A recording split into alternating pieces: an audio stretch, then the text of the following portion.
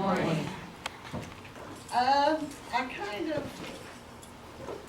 named my food for thought kindness and exempling kindness. It is when we love the other, the enemy, that we obtain from God the key to an understanding of who He is and who we are. It is only this realization that can open to us the real nature of our duty and of right action. To shut out the person and to refuse to consider him as a person, as another self, we resort to the impersonal law and to abstract nature. This is to say, we block off the reality of the other, we cut the intercommunication of our nature and his nature, and we consider only our own nature with its rights, its claims, and its demands. And we justify the evil we do to our brother because he is no longer a brother. He is merely an adversary and an accused. To restore communication, to see our oneness of nature with him, and to respect his personal rights and his integrity, his worthiness of love, we have to see ourselves as similarly accused along with him, and needing with him the ineffable gift of grace and mercy to be saved. Then, instead of pushing him down, trying to climb out by using his head as a stepping stone for ourselves, we help ourselves to rise by helping him to rise.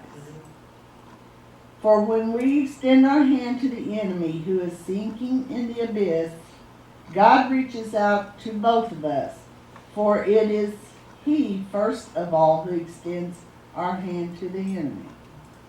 It is He who saves Himself in the enemy, who makes use of us to recover the last grope which image in our enemy. In other words, we have to put ourselves in our enemy's place. To be kind is sometimes a very hard thing to do. But we have to teach like to our children by example.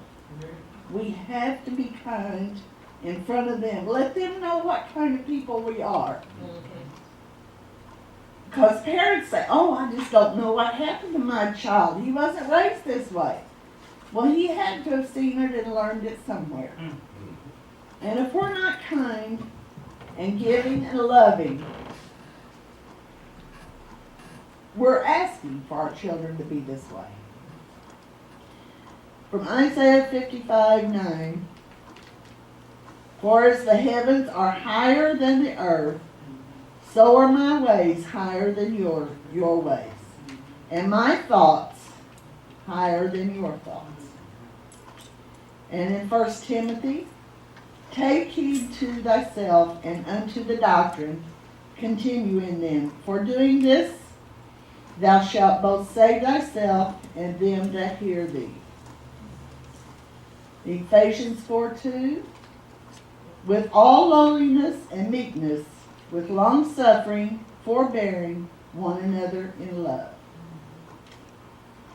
And Ephesians 4:31 and 32. Let all bitterness, wrath, and anger, and clamor, and evil speaking be put away from you with all malice. And be ye kind one to another, tender-hearted, forgiving one another, even as God, for Christ's sake, hath forgiven you. And we need to remember this.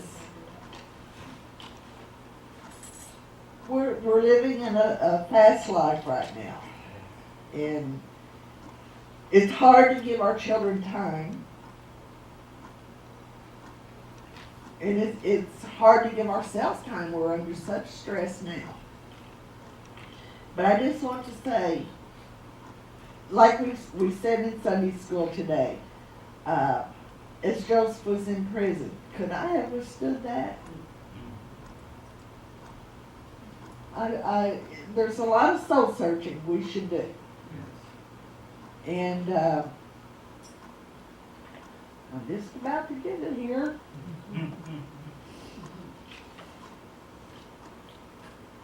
And I want to close by saying, don't strive to be God.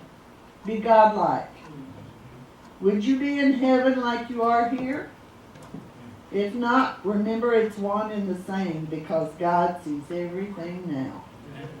So we have to live our life like we would in heaven.